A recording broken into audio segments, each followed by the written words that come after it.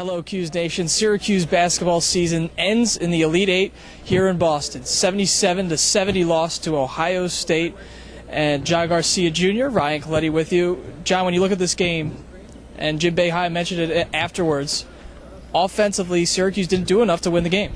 Exactly. You know, people can point to rebounds or fouls or the refs even, but it did come down to offense.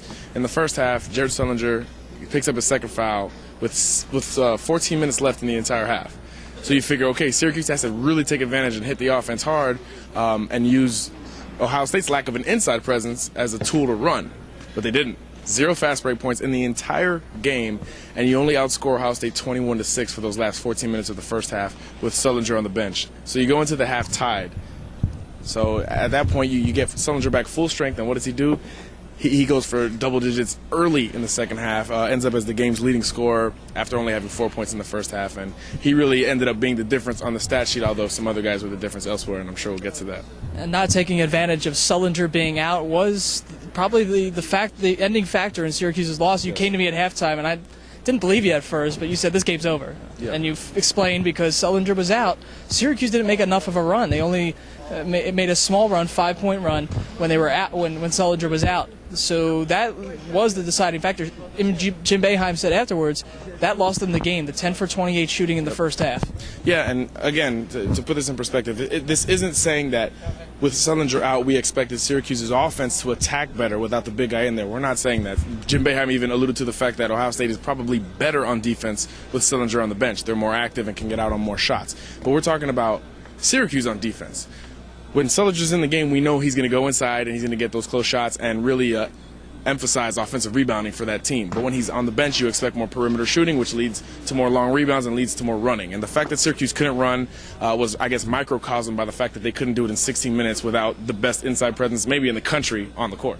So offense was the main problem for Syracuse. I did think, though, that a factor in some of that, and the reason why I couldn't believe they didn't have 0 fast break points, but indeed they did, the reason why, I think, was because the game was disrupted so many times. So many whistles. When Ohio State missed a shot, the whistle would blow and there was a foul. And so Syracuse wasn't able to run out with so many whistles in this game. 42 free throws for Ohio State. You don't see that in NBA Finals games where every team's playing defense every possession. So that's obviously a stat that's going to be emphasized going forward, and it should be. But, you know, to be fair, it was bad on both sides. There were very touchy fouls. You know, Brandon Trish ended up getting to the line and helping Syracuse at the end. But before that point, James Sutherland, 4 fouls. And then he ended up fouling out. Dion Waiters fouls out after having a bad offensive game. So you lose key guys. Baikita and Rakeem Christmas played the majority of the second half, each with 4 fouls. So that certainly hurts you. But, again, I got to go back to the ability to run or inability to run at this point. You know, they had a few chances in there, but really they couldn't come up with the layups. Chris Joseph missed what looked like should have been an open dunk. Same thing for Dion Waiters. Brandon Trish missed one that he ended up getting fouled, and he missed one of the 2 free throws. So there's a lot of little things you could take from this game, especially when you lose by 7 points, and free throws were a major factor in the end. But the ticky-tack fouls are something that's going to be taken away from this game, you know, whether we like it or not. And when Syracuse needed to score on some final few possessions, there were some key players on the bench because of that foul trouble. Dion Waiters was on the bench. Rakeem Christmas was on the bench for the majority of the second half, trying to protect him against a 4th foul and then a 5th foul. So do you think that was kind of the reason why Syracuse was able to make a run with so many key players on the bench? Yeah, and Coach Boeheim alluded to this. He said, you know, Dion Waiters has been our best player offensively all season long, and I don't think too many of you guys will disagree with that.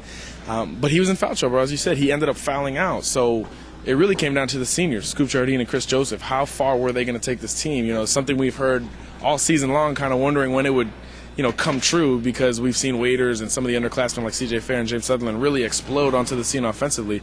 But in the end, it really was how far the seniors would take this team, and in the end, they didn't take them far enough. And we'll reflect on the seniors and Chris Joseph and Scoop Jardine just a little bit. But first, a few bright spots for Syracuse. Yeah. A surprising tourney performance by Baikita filling in for the absent Fat Mello. If you would have told me Baikita would grab 10 rebounds and block 4 shots against Ohio State and Jared Sullinger, I'd say Syracuse wins this game by 10 to 15 points. because you don't expect that. You expect more of a timeshare between him and Rakeem Christmas. We wrote about it this morning. They've kind of grown together. They've grown close since the Fab Melo situation happened, and you've really noticed it. They kind of coach each other when the other's on the bench. And Rakeem Christmas, like we said, got into that foul trouble, so it was really up to Baikita in the end, and he really held his own against Sullinger, although the size difference was considerable, and Sullinger did end up getting some easy buckets. I reflect back on last season when Syracuse lost to Marquette in the NCAA tournament. Baikita barely played at all. Right. And Jim Boeheim said it was because he simply wasn't physically ready to play this game. Tonight, I saw him match up against Jared Sullinger and put an arm in his chest and try to push him away from the hoop. The growth in Bai Musakita this season was really a bright spot, especially in the tournament when he made some key defensive stops. He's getting rebounds in a Syracuse team that really struggled to rebound. All year. Baikita has made strides, something maybe to look forward to next year. Yeah, especially and Rakeem Christmas as well. Those guys both really combined to have a really good tournament, and really the numbers were exactly what Fab Melo was doing, so there wasn't a drop off there. Obviously, there's a little bit of a drop off in mentality and attitude and swagger, with Fab Melo gone, but it really wasn't the catastrophic meltdown that we all kind of thought it could have been the moment we heard a couple days before the tournament started that Fab Melo was ineligible. So kudos to them, and like you said, a lot to look forward to in the next coming seasons. And two key players that won't be with the Orange next year, Scoop Jardine, Chris Joseph. They took off their jerseys for the final time after this game, both in tears following this one. Chris Joseph barely could answer a question following this game. He was just so choked up about this being the last time he played with this group of guys. That's all they kept talking about was their teammates after this one. And you were able to talk to Scoop Jardine as well. What did he have to say about his career ending in Orange? Similar comments. He talked about not only the school and his teammates, but the city.